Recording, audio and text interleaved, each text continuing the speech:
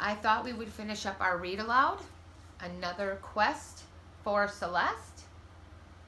And if you remember, it's a story about Abe Lincoln, honesty, and the power of friendship. When we were last in school, about a month ago now, we had read chapter 15, but I thought to jog our memories, we would read it again. So here we go, chapter 15. Frontier Life.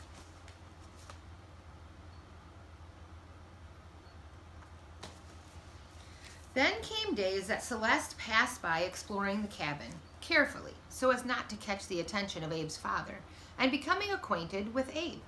It took a while to get used to Abe's walking pace, his long, lanky legs made for long strides, so different from Joseph's quick movements. And remember, Joseph was the boy he lived with before he ended up getting lost and going on this adventure. Abe was different from Joseph in other ways too. Where Joseph would stroke and caress Celeste and use her as a model for his sketches, Abe seemed to forget she was even there. He would look to be totally absorbed in thought, then suddenly glance down at his vest pocket as if noticing Celeste for the first time, and would say, "Hello, friend," and then go about his chores. Even though food in the house wasn't plentiful, Abe provided tidbits for his little mouse.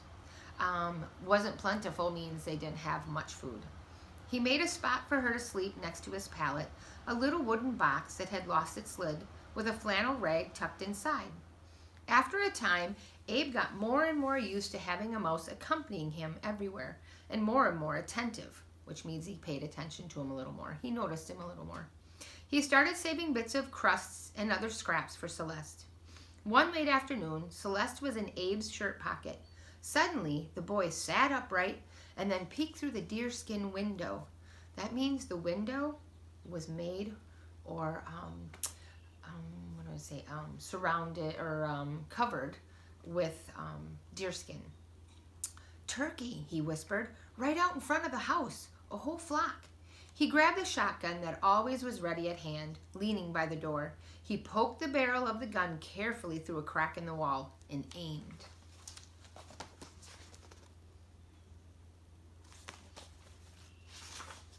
Blast! A roar ripped through the cold afternoon air as the shotgun kicked back. Immediately, the smell of gunpowder smoke filled the little room. They heard the turkey scramble through the underbrush. Abe walked outside and then stood over a turkey that didn't escape the gunshot pellets. He picked up the turkey by its feet. Its wings fell limply, splayed and lifeless.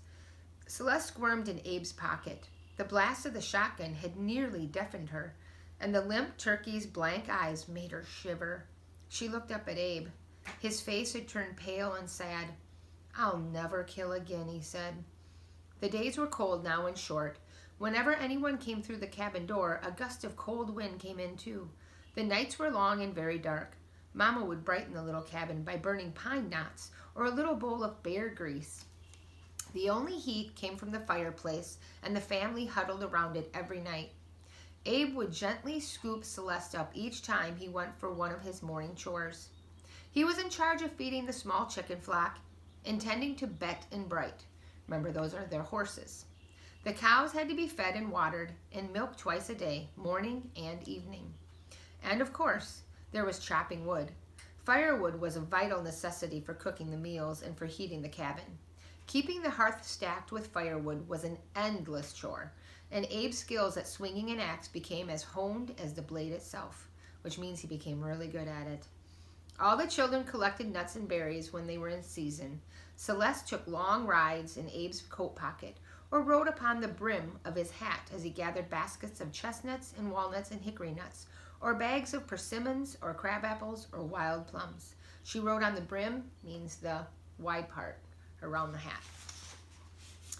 Water had to be carried daily from the creek. It was a long walk to the nearest source of fresh water, and it seemed like Abe was always plodding down the familiar path through the creek, wooden bucket in each hand.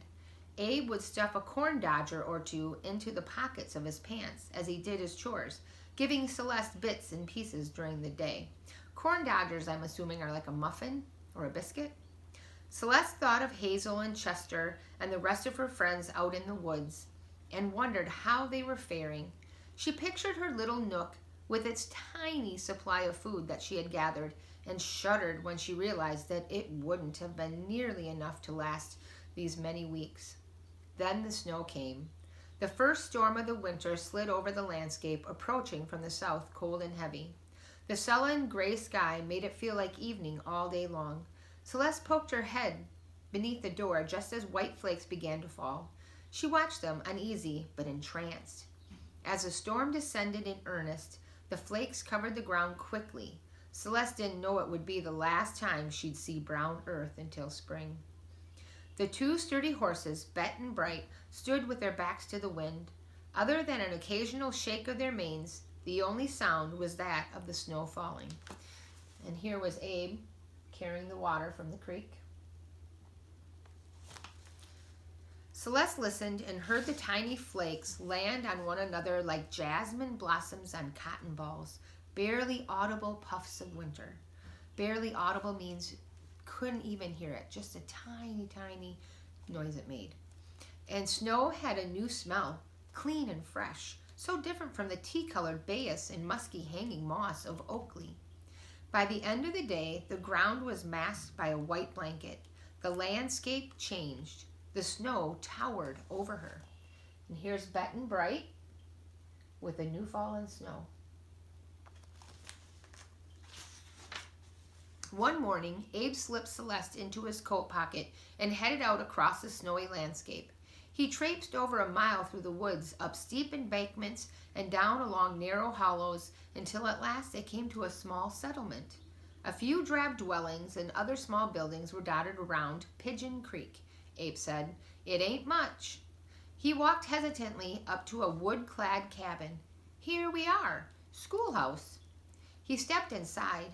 A small coal stove was trying in vain to heat even one side of the narrow room. A slate chalkboard hung on one wall, but there was very little else to denote it was a schoolroom. So instead of having whiteboards like we do, they used chalkboards. And slate is a big black piece of slate, I guess, for the chalkboard. Several boys and girls were sitting on wooden benches and stared at Abe as he entered. Abe took off his hat and quietly took a seat on one of the benches. A man standing at the front of the room greeted him. He was tall, with a tangle of red hair, and wore a black woolen coat. "Ah, Abe, good to see you again." Celeste could see the man's breath in the air, even though they were inside. So apparently it was still chilly in the schoolhouse, even though they had the coal stove.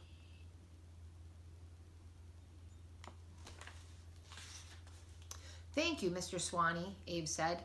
"It's been several months." "Yes, sir." "Not easy keeping up with chores, spring, summer, and fall, and coming to school. Isn't that so?" "Yes, sir. Mama sent me here this morning." "Have you been keeping up with your learning your alphabet?" Abe looked around, fiddling with the brim of his hat. "I reckon not as good as I could be," he replied. Mr. Swanee smiled. "Well, we'll bring you up to snuff. We're working on that right now." The children followed along with Mr. Swanee as he scribbled different shapes on the slate board or used a wooden pointer to pick out certain letters or words to recite. Celeste watched, still hidden away in Abe's pocket. At midday, Abe pulled a corn dodger from a pocket, sharing a bit of it with Celeste. After an afternoon of counting and adding numbers, Abe headed back into the cold. "Long walk for a day of schooling," Abe said to himself as he trudged along, "and not many days of it when you put them all together. But I'll learn to read and write." The sun was very low. It was dark by the time he got home. And there's Mr. Swanee. And that's it for chapter 15. So next time we'll be reading chapter 16, Learning to Read.